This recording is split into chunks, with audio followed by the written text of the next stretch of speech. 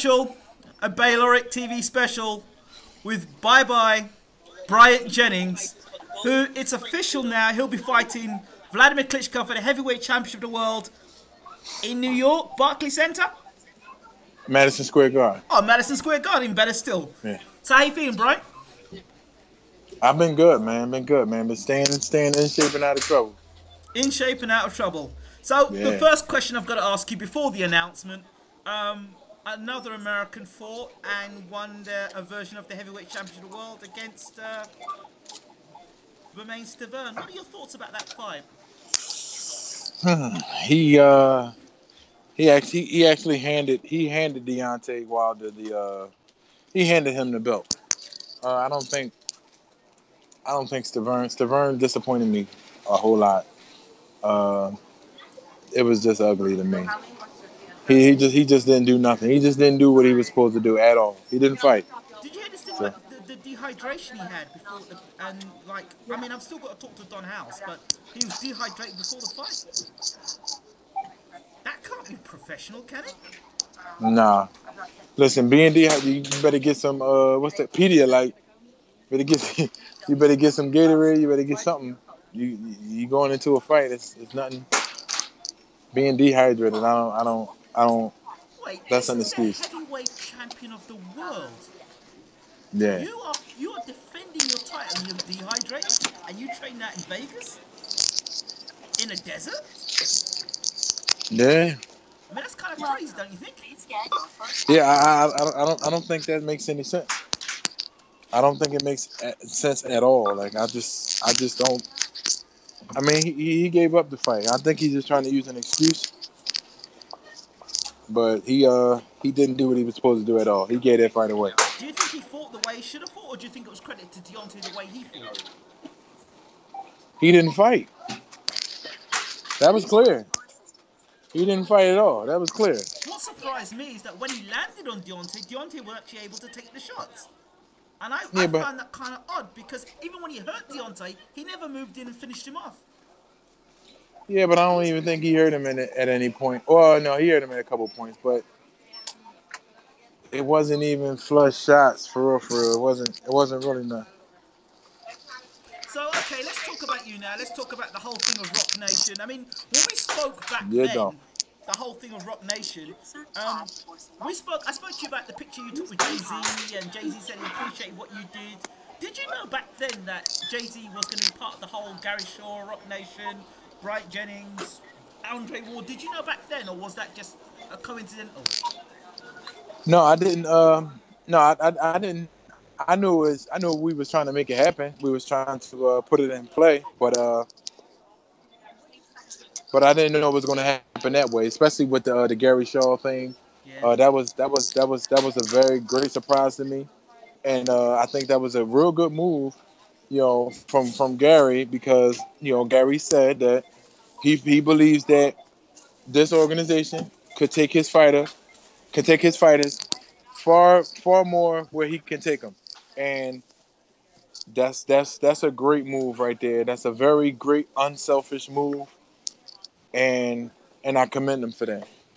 Because we were thinking of ways to to figure out how we're going to split this promotion when Rock Nation was supposed to come aboard. So we found a way, and everything worked smooth. Nobody got dropped off. Nobody got jerked off or whatever. Everything happened smoothly. It's the way we wanted to happen, and we're all happy. So, okay, the smart person would think, okay, look, you're number one contender. You don't really have to fight Vladimir Klitschko. You could go and fight Wilder, and have an all-American showdown. Why do you want to go and fight Vladimir Klitschko? Yes, I understand he is considered the undisputed champion, but why fight Vladimir now? Because me, I came up on the rough side of the mountain. Everybody else came up on the side where the grass is green. I think the Vladimir situation is just. I came up on the other side of the mountain, and all my shit was rocks and and fucking and unstable surfaces and shit like that. While everybody else had the grass green, walking up with chaperones and all that other shit. I mean, so I always want to consider myself the best, but we know in order to be the best, you have to fight the best. And this is where it's at. And plus, who knows? Who knows when the next time I'll be able to fight Vladimir? Um, who knows how soon the negotiations, if I would have chose the winner of Wilder and Stavern, would have took. I've already been sitting out, and I'm about my business.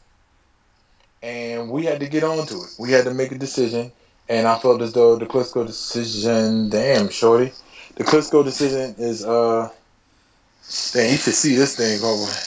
Well, no, you shouldn't see it. A tear gonna smack you right in the back of the damn. Stay focused, champ. Stay focused. Yeah, you know what I'm saying? Stay focused. Stay focused. Yeah. You're right. But yeah, I'm about my business, and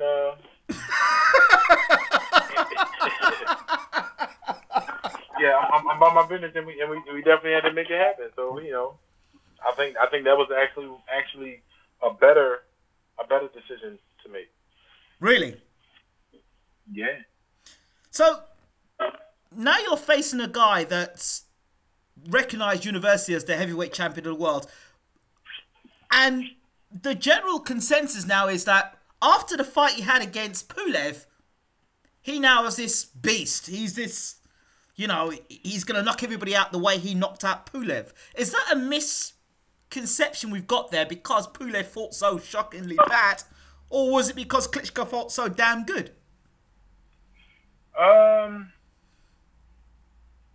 just think a fighter, most of these people would just be boxers. And, you know, when you're just a boxer, then you only know a certain ways. Like, when you're a fighter, you find ways to win other than the ways that you plan to do it. You know, so like, for instance, if you got a strategy and your strategy don't necessarily work, then you go to plan B, you go to plan C, and you have the will to actually want to win, so you keep trying. You keep trying, so you keep fighting different ways. I don't think a lot of these dudes are just, in fact, they're not even boxers. They just in there and they just swinging for real. Pulev has looked good in the past against certain opponents and stuff like that. But when you come across somebody like Vladimir, you better be thinking quick. And I mean, I'm saying all this from the outside in, of course. From the outside looking in, of course, but you know, I plan to execute my strategy very well. So I just think that other fighters that, you know, that was in there with him just really didn't. They just fall apart too easy. Like, there's no fight in them. But do you think that's to do with the fact that Klitschko owns one of the best right hands in boxing at the moment, and that it's that right hand that kind of puts people's game plans to shreds? Because, I mean, you can have the best game plan, train for 14 weeks, and as soon as you walk out first round, bang, get hit with a right hand, you're on the deck. That's not what you expect. So that changes the whole game plan. Yeah, it's not. I mean, you know, and I didn't mean to really discredit Pulev, you know, because we can actually credit Vladimir, like, you know, like the question state. But, I mean, it's either or. I mean, I never know until I actually get in there and I can give it my own perspective. But, you know, when you're looking at fights, of course, we see things that fighters don't see, and fighters actually see and feel things that we're not feeling, and actually from watching it. So, I mean, only way I can actually give you 100%, you know, correct opinion on that is if I live it. So we'll have to find that out April 25th. If the fight was in Europe, now because this negotiation was going on for so long, what would you have been giving up going to Europe and fighting now that the fight's obviously in America?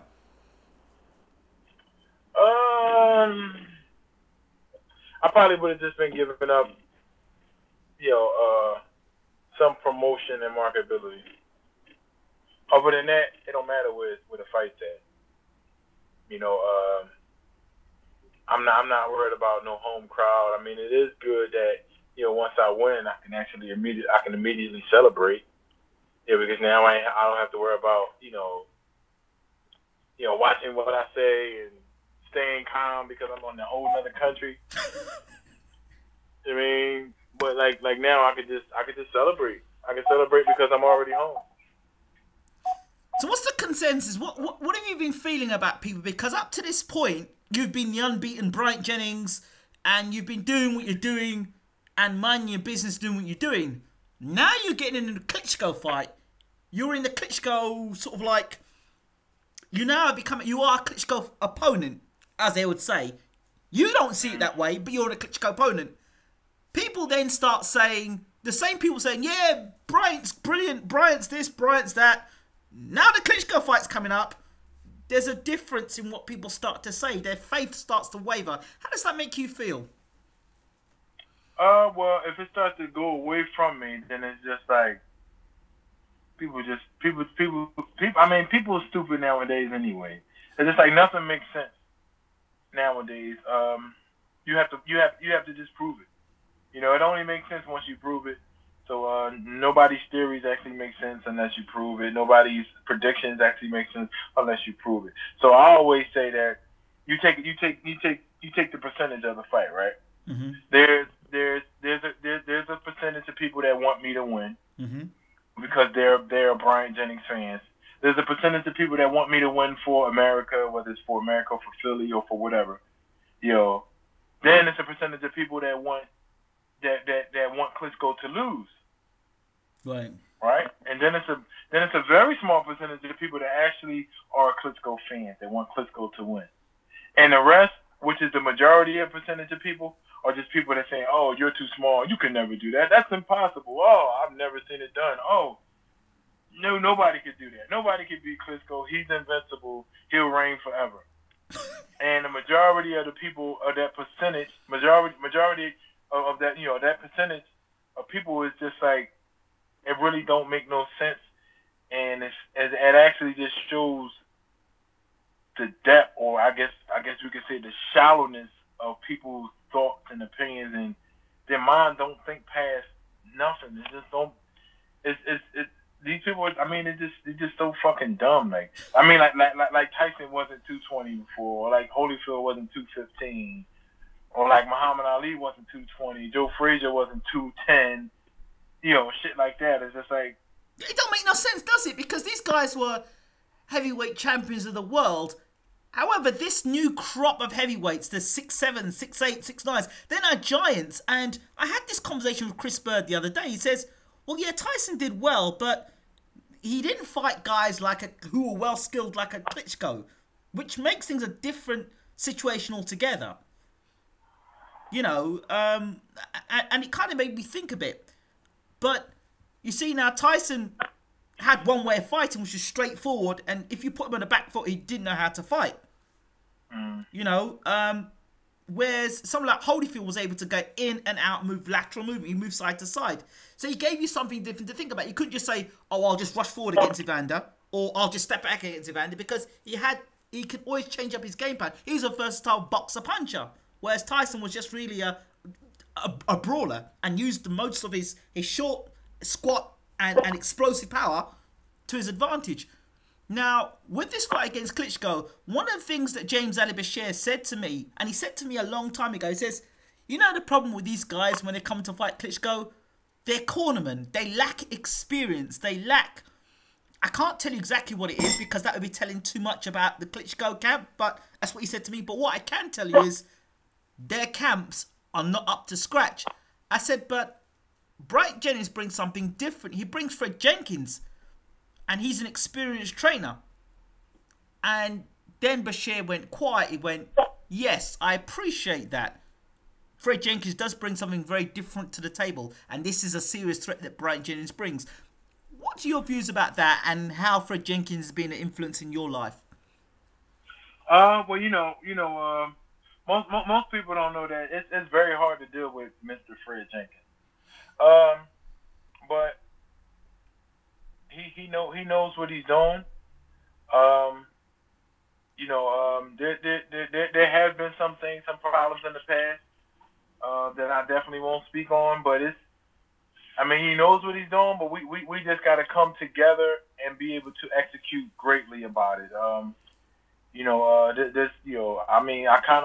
I'm kind of stuttering and trying to skip over because I'm trying not to, say anything I'm not supposed to say or anything. But right. but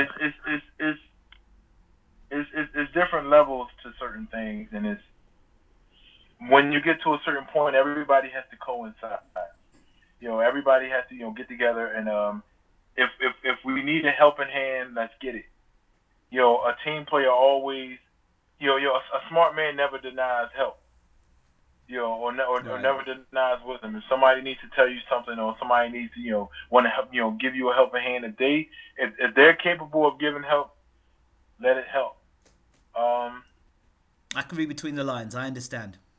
There's a set way, and basically that set way may not be the way for you to become heavyweight champion of the world, and you may need extra help to make that happen. In a nutshell.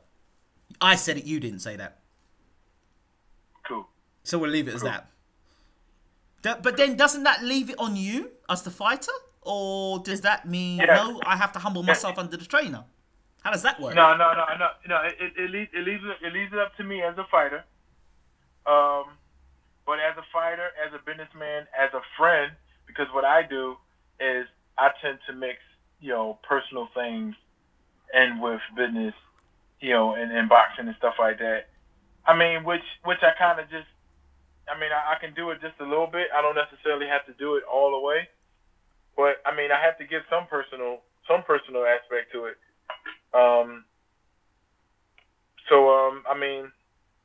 We have to literally just work together. We have to work together, and but this is the fight. This is the fight of your career. Every boxer knows that when they step in the ring, it could be their last fight. Yeah. So you know as much as I know that you can't mess around. It's not you're not playing boxing. In basketball you can play basketball. You don't play well one game. Hey, next week you come back, you shoot, you be a star. Next week after you flunk. Okay, next year you do well. You get knocked out in boxing. You may get knocked out. It could be that's it. And it's not like you're going and fighting against some guy that's you expect to be up and around, and you're fighting the undisputed heavyweight champion of the world. So, there is the element there, and that's just being realistic here. That, if you're not comfortable with certain things in training camp, it's obviously something that's going to have to... You can't say after the fight, well, in training camp, I didn't do it. Because you hear it, you hear it in fights. In training camp, this didn't work out right, and we didn't get the team to get... So Yeah. So therefore, you work on it early. Exactly. You work on it early, and as experienced as some people are so set in their ways they never see when things are wrong, or they never seek ways to improve themselves. I just like I was talking to somebody earlier today. I said, okay, you take looking back at 1970. Mm-hmm. And look at a television from 1970 versus looking at a television from 2015. And you can actually look at the timeline between 1970 to 2015. So those 45 years, each year or every other year, they had some type of improvement to the television, which now brings a new type of television. Mm-hmm. So that's how it is in boxing. Now, mind you, what has never changed on the television? They improved it, but a screen, the sound, it may have been an improved sound, but just like in boxing, some things never change. We being taught, the basics, the technical, the technicalities of boxing and stuff like that. That never changed, but certain things get improved. Like now we have, different type of medicine. Our bodies work way different than our bodies used to work back then.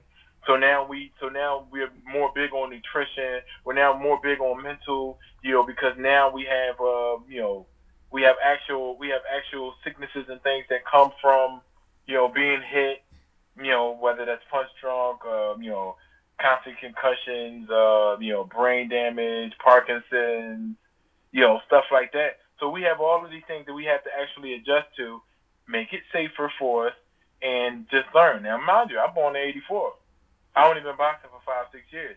Now, it's I guess it's the new school in me to actually try to observe and try to figure out exactly the game that I'm in, and figure out ways to make it better. If I'm in a house, I built the house if I built the house when I was 17, and I'm living in a house now, I know much more things. I know more things now. So it's like, okay, it's time to build another house because I know more now. I can make this next house better. So each time that goes around, you have to just make room for improvement. But when you're so stuck as if this is the way, this is the only way, there's no better way than this, and you reject improvement, then that's when you stop, your legacy stops, and anything you have a hold of cannot get past the point of you actually being at that level to where you say you've done enough, you know enough. It's over. It's over for you, and it's over for whoever you gotta hold in you. So now with me, I make everything difficult. Let's bring in help. Let's do this. Let's do that. I compromise. I'm bringing in a change because I'm also a different person. I'm not nobody that you ever trained before. I'm not nobody that you ever seen before. Not saying I'm either special or less special, but I'm just a different body. And we have to make improvements, and that's what each trainer has to know. You have to make improvements, and the fighter is the superstar. No trainer should be bigger than a fighter. No promoter should be bigger than a fighter. Or from a fighter aspect, is just fighters are what makes the game up. And absolutely. Now that we're seeing we have the Al Haymans and all like the other powerful people that's in boxing. They become more important than the boxers. Like the handlers become more important than the actual boxers who they have. So I mean, we just got to make adjustments. We got to change things. We got to improve the way we do this thing with this boxing because it's changing. Now they want to see blood. They want to see knockouts. They don't want to see techniques anymore. They just want to see pounding, hurting, and they just want to see you twitching on the ground like when Deontay hit Sergey Lakoff. I mean, it's just changing, but you got to adjust. Me, so I'm willing to adjust, and I have adjusted, and I have improved. I'm willing to improve even more. And when I reach my peak or when I reach my pinnacle or whatever, it's up to me to say it's a wrap. That's it. I'm done. It's no more. I lost my passion for it. I've reached the point. I'm done. I gotta step away from it. But most people don't know how to do that. Most people don't know how to improve. Most people don't know how to take good information and use it to the best of their abilities. It's just a fucked up world because we're living in a fucked up world. That's the truth there. That's the truth there, chap. Now, when we first spoke a while back, it's a couple of years, a couple of years back now. I mean, I mentioned the thing about Evander Holyfield to you, and this fight now against Vladimir Klitschko. Would you ever talk to someone like Evander for advice? Because he was about the same size as yourself, and similar sort of style, fighting against a tall guy who likes to jab and grab and hold, much like Lennox Lewis, lean on you, push on you, throw the, would Evander be somebody you would seek out and talk to? Advice. There's a difference between advice and instruction. Right. Advice is something that you can do if you see sense in it, or you can do if you want to. Right. Instructions are actually demands. Right. I never deny advice. Right. I've received some advice from some of the most unexpected people, and I took their word up on it. And I actually seen sense in it, and they made fucking great sense. So you can never deny advice, because if it don't sound right to you, then you just don't do it. Right. But coming from somebody as like Holyfield, that's been in the game, that's been around, I think advice is minimum. First of all, if you're getting advice from somebody that they don't have to reach out to you. I mean, they don't have to say nothing to you. They could just be like, oh well, let me make him figure out the same way I figured out. I mean, he should learn it. He got trainers. He got this. He got that. Go ahead and let me do. So the fact that if somebody like that wanted to just reach out and just give advice and just say some little things, I'm all ears. You know what I mean? I'm all ears, and what that does, that improves the machine. Okay. It improves me, and if it's advice that I don't take, then if I don't need, then I don't take it. I don't apply it. Well, okay, Simple as that. But I have to listen. Let me flip it another way to you then. Bernard Hopkins, when he went to fight Joe Calzaghe, if I remember rightly, he had a dream team in his corner. I think he had Freddie Roach and I think Nazim Richardson was in his corner, and he had about 5 or 6 top trainers in that corner. It was like amazing, just for that fight.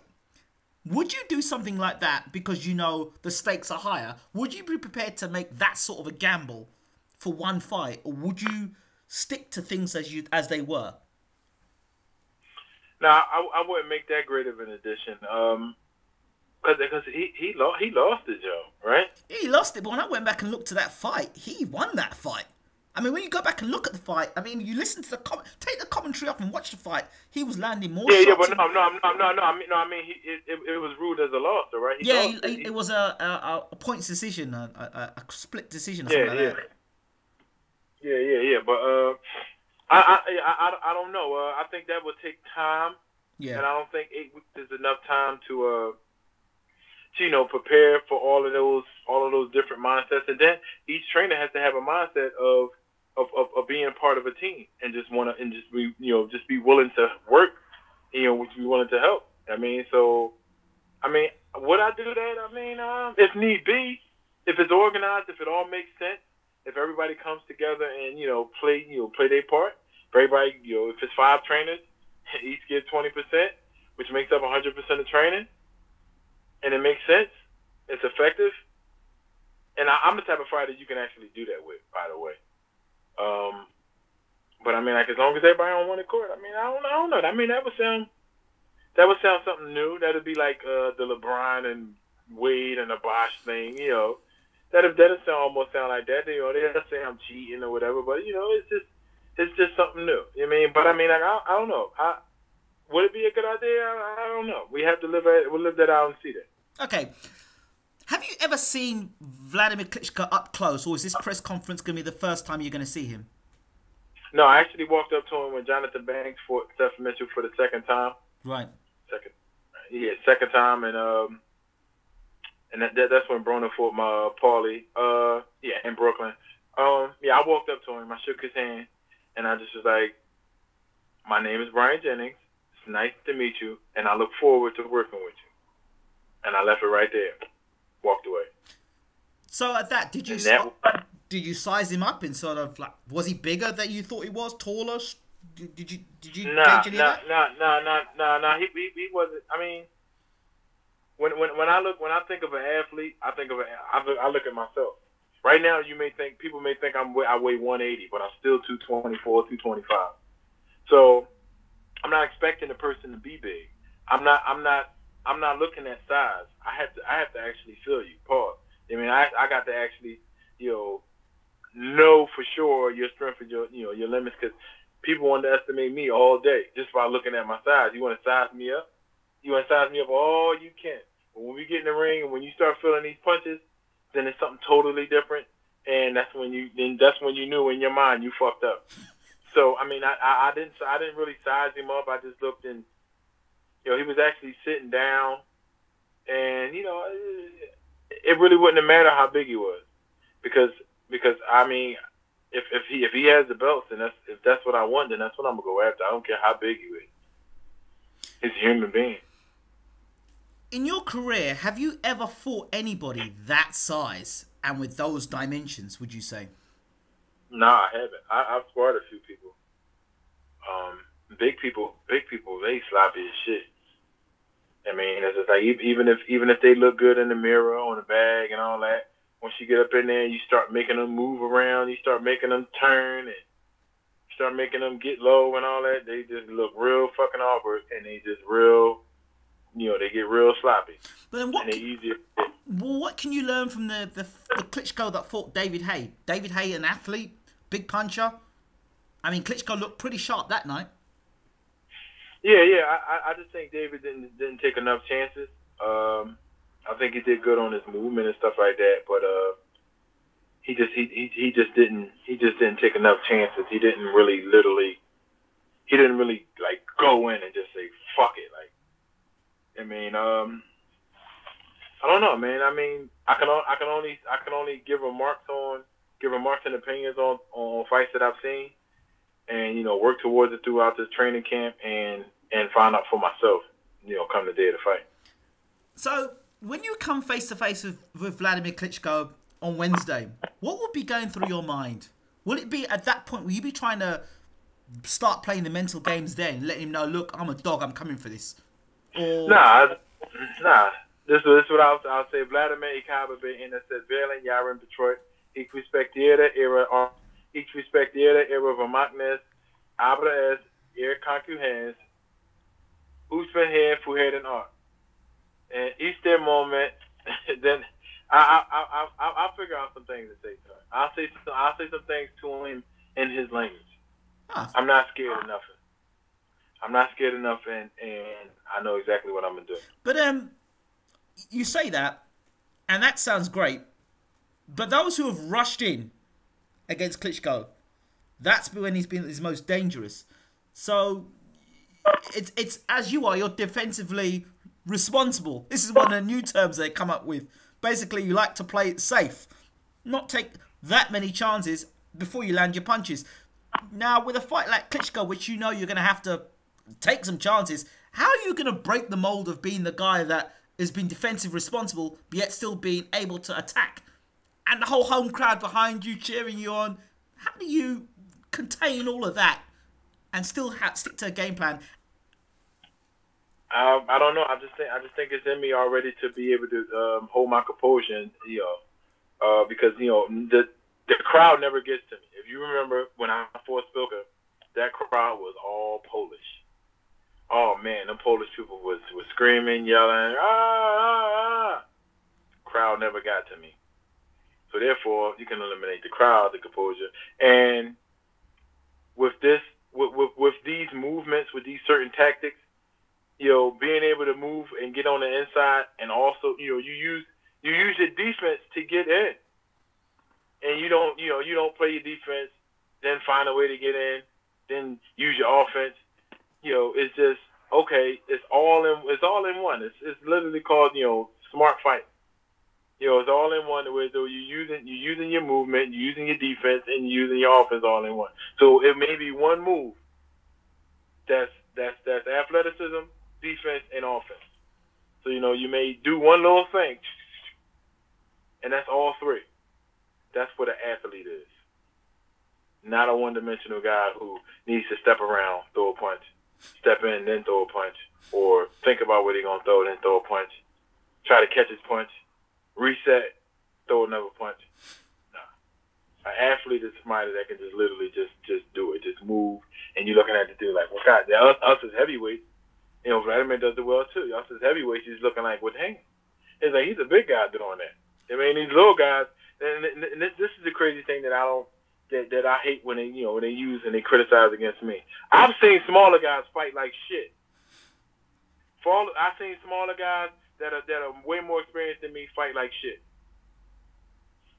Now, when I fight good, but they say it's okay, it's not that. It's just like you name another big fighter that's fighting like one of these little guys. I mean, when a smaller guy fight like shit, then it's like, listen, you small, you supposed to be able to be moved, supposed to be able to be fast, supposed to be this, supposed to be that. You're disappointing me. But when a big guy can just at least, okay, just say a big guy that's fighting like an average small guy. He's still moving around fast. He's still using great agility. He's a big guy. He's not known to be able to move like that. So please credit that guy to that. They actually criticize us big guys when we move well. As if we're small. It's like, listen, I want to see you if a guy's 150, I want to see you put on a 75-pound weight vest and move around like this. Come on, let me see. But we live through all that criticism and stuff like that, and that's what makes us strong-minded, and that's what makes us good fighters. We are heavyweights. As a fighter, the media, we've been here before. What do you think is going to be the most asked question by the media, by the American press, at the press conference? Knowing the media like the way you know them now. What is your strategy, Mr. Jennings? How do you feel as though that you can actually take on a guy who's won 63 fights and actually knocked out 53 of them how do you think that with your size, with your inexperience, how do you think that you can actually win this fight? You actually believe it, and you're very confident in it, which I believe. You've always been confident, Mr. Jennings. But how do you think that you can actually win this fight, being in the circumstances that you are matched up with a guy such as Vladimir Klitschko?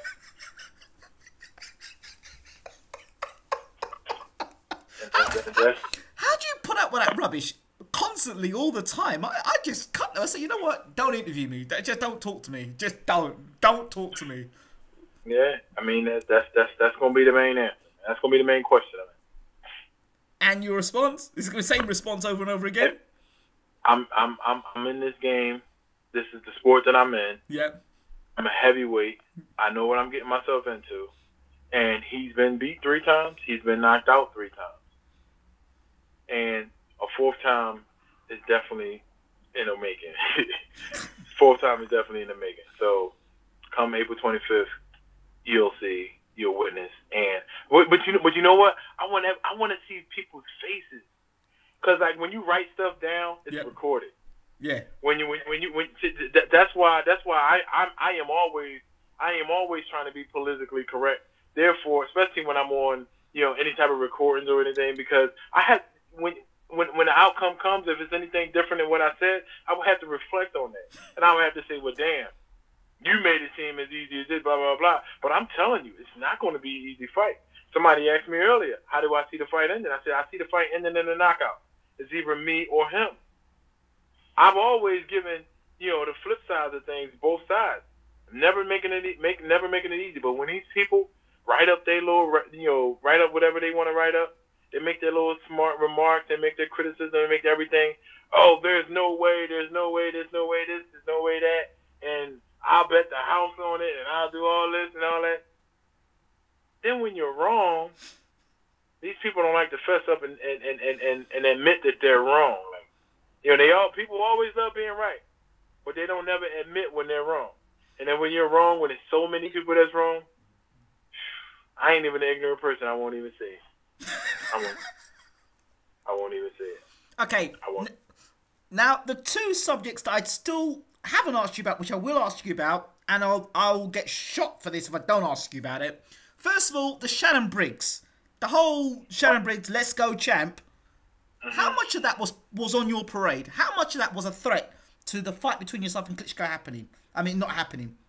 Was Shannon Briggs a viable threat to your position, or was that just talk? That was just talk.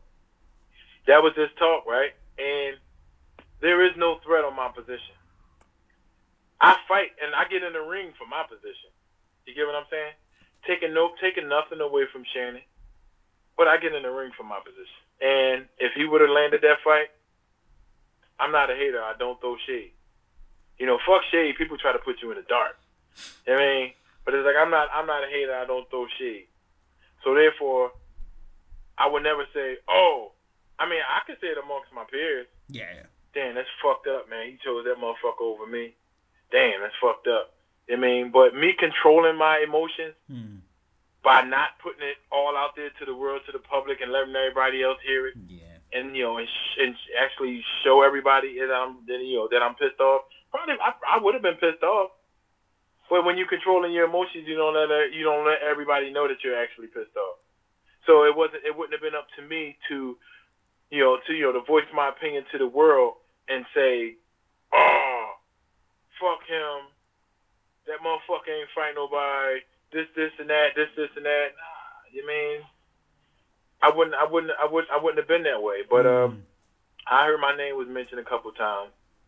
And I just think that it's shade. It's shade. I mean, like I've done what I'm supposed to do. And my whole thing is, even when you're in the streets, like, don't keep my name out your mouth. I've seen plenty of people get smacked. Smack.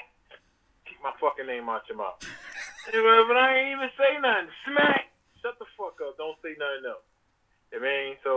You know what's decent though? They're predicting this dude's gonna come down to the press conference or whatever. Yeah. They think he's gonna come down to the press conference. I pray that he don't do that. I pray that he don't do that. Let's go, champ. Let's go. Let's go, champ. I mean, I don't speak on things that are happening in the future, but I just hope that doesn't happen. Shit.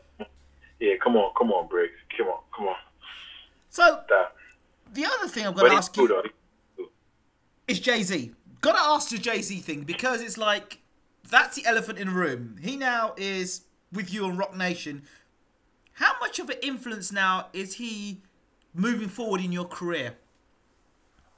Because obviously he's Rock Nation, so how much of that is an influence to you now, and how much more is he interested in your career? And what is his, in terms of his knowledge in the game? Because I know you mentioned before that he knew of you and you'd spoken before, and how much of his knowledge in the game does he have, Jay-Z? Because there'll be a lot of people out there that will think, yeah, he's in it just like 50 Cent. But from what I've worked out about Jay-Z, he's in it for the long haul as opposed to 50 Cent. Yeah, well, I ain't going to even compare him and 50. They both had two different approaches.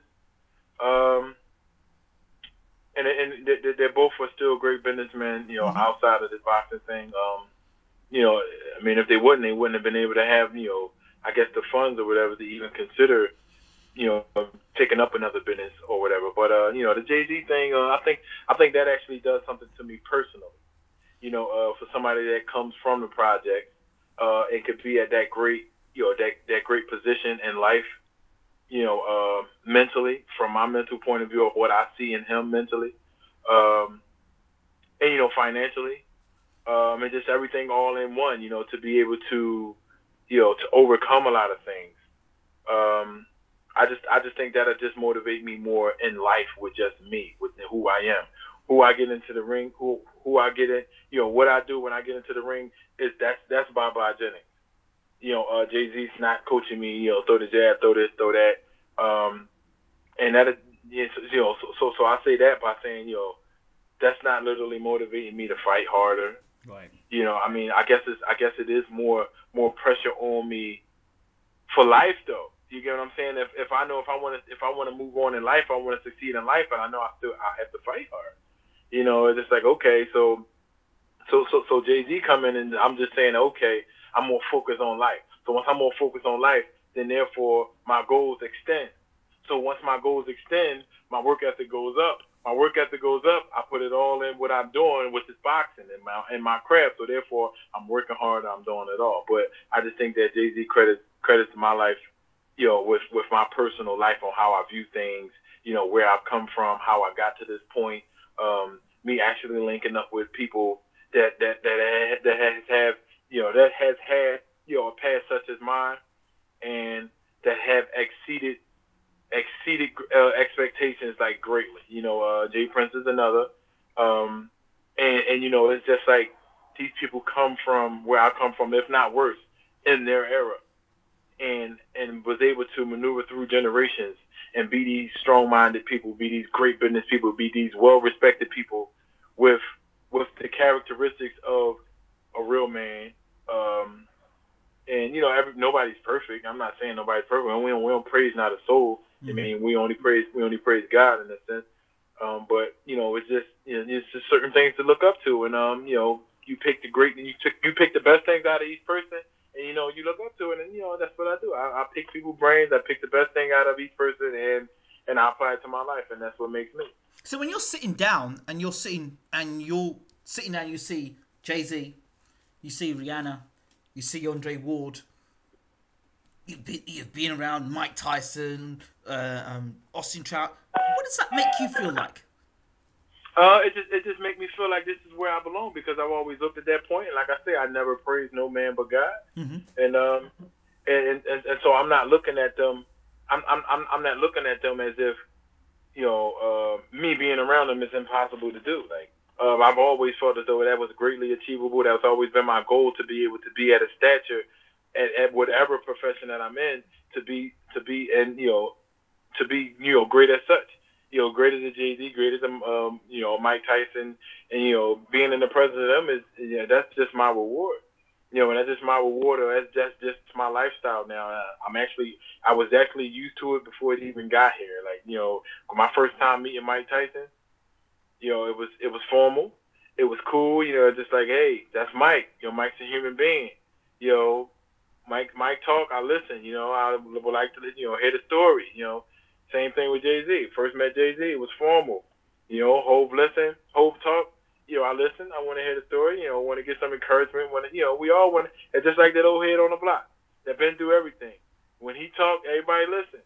You know, it's not necessarily we listen to everything that they say, but we just want to know the story. You just want to apply figure out what you've done to get to where you get to where you're at right now, and then maybe just apply little bits and pieces to our life, and just get some inspiration. So and I could do the same thing for these people. You know, I'm living a life as such, and I can get some inspiration. It don't matter. In the midst of leadership, there's always plenty to follow. And finally, do you have a word for your fans, those who've supported you from day one? And yeah, well, you already know my drops is already automatically, man. So it's your boy BY Jennings, the best heavyweight in the world. Shout out to my whole city. Shout out to America. Shout out to the whole world. I'm universal. I see culture. I don't see color. Yeah, I mean, elite class, Rock Nation, Prince Boxing. You already know what it is. Follow me on Twitter at BY Jennings. Follow me on Instagram at BY Jennings. Facebook at Bryant Jennings. You already know what it is. April 25th, the next great heavyweight champion of the world with WBO, WBA, IBF, and the IBO belts all wrapped around my waist. North Philly in the building. Bryant Jennings. Yeah, though. Bryant Jennings, thank you once again for talking to Bayloric TV. You're welcome, man. It's Lots always of love, a pleasure. champ. Take care. All right, take care.